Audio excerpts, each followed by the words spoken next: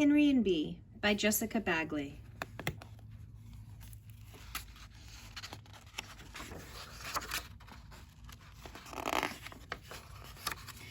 It's always lucky to find someone who understands you, and that's why Henry and Bea were the best of friends.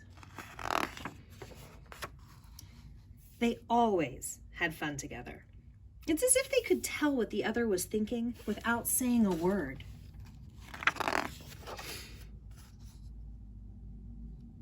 Except for one day when Henry seemed quiet and sad. No one, not even Bea, knew why. "I want to sit by myself," said Henry at lunchtime. She tried to find out what was the matter, but Henry acted like they weren't even friends. "What did I do?" asked Bea. "Just leave me alone," said Henry. And she did. It was hard on Bea. She missed her friend. Then Mrs. Birchfield made an announcement. "This Friday, we are taking a field trip to my family's farm." The classroom buzzed with excitement, except for Henry. "This is going to be great," Bea turned and said to Henry out of habit. "Humph," mumbled Henry. The morning of the field trip was cold and gray. The class gathered outside to get onto the bus. Neither Henry nor Bea had been to a farm, and Bea thought maybe the field trip might make him feel happier. "Can I sit by you?" Bea gently asked Henry. "I don't care," he huffed, and he looked the other way. The bus rumbled up to the old farm and rolled past the brightly colored autumn trees as the cows chewed on the dewy morning grass. The class was given a tour of how the farm was run, but Henry was still having a tough time and went off on his own again. When Bea opened the barn door, the air was musty and dark, with old tools and tractors quietly rusting away. Her warm breath cut through the darkness.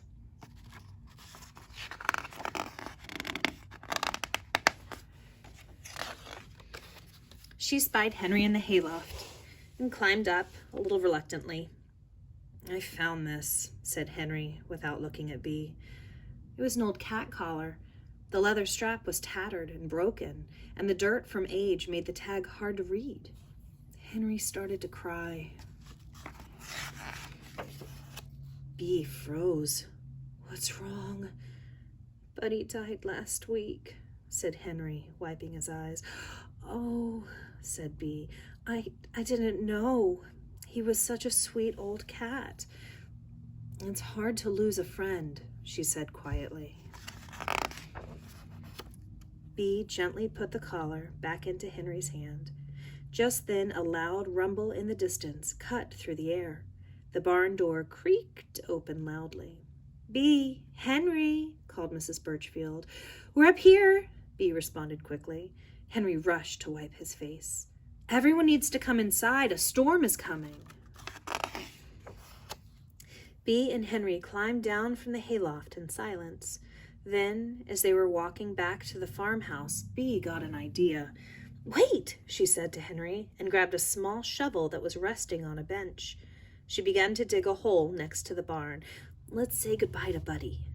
Henry nodded as he wiped away a few remaining tears. Henry placed the collar in the hole, and together they covered it carefully. They heard the soft sprinkle of rain hit the dirt. The dark clouds came up behind them and filled the sky. The rain started to come down even harder. The rest of the class squealed with excitement as they ran into the farmhouse. Henry and Bea were the last to make it there, but Henry stopped at the steps. Bea understood. "I won't say anything," she said quietly. As the class got out of their muddy boots and ate some freshly baked cookies, they all chatted about the things they had seen. Henry looked out the window.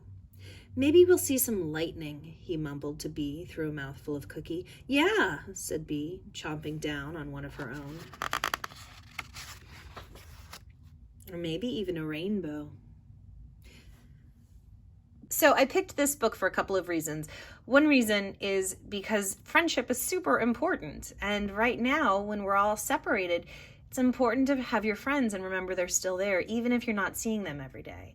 So I've been talking with my friends on the phone and chatting with them and sometimes FaceTiming them, even though I don't get to see them in person. And like with Mrs. Hooper, I always run into her after chapel, right? And we knock each other over because for some reason that's what we do.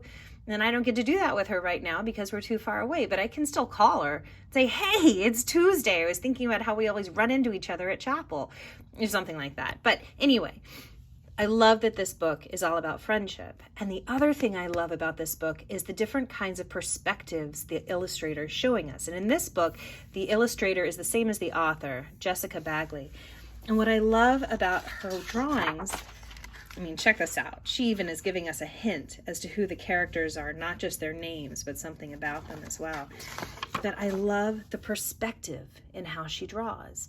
So a lot of illustrators just draw something straight on, like you're looking right at it. But Jessica Bagley does this sort of bird's eye perspective. So if you imagine you're a bird and you're flying through the sky and you look down, this is what you would see. This is a bird's eye perspective of a friendship. And you can come through, and this is more of what I was talking about, where you're looking at something straight on rather than from up high or below.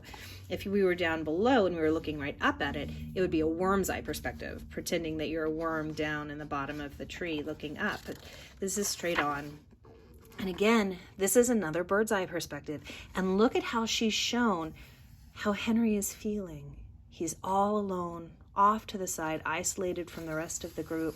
You can see his friend Bea looking back, that a friend is off on his own, and she can tell that something's going on. So what I want you to think about now is I want you to think about a moment with one of your friends, whether you were swinging together, whether you were sitting at lunch together, whether you were sitting in your classroom together, maybe you were playing soccer and you kicked the ball to your friend so they could make the goal, or maybe they missed the goal and then you have to go over and you're like, it's okay, I saw what you did and you did a great job even though we didn't get the goal. There are all these different ways that you can show your friendships. I want you to draw it from a bird's eye view. I want you to think of that moment and I want you to pretend like you're a bird or something's a bird flying over you, and it looks down and it sees you. This is another almost bird's eye perspective where this moment is happening and the bird is up here and it looks down and this is what it sees. So I want you to think about a moment with your friend and I want you to draw it from a bird's eye view.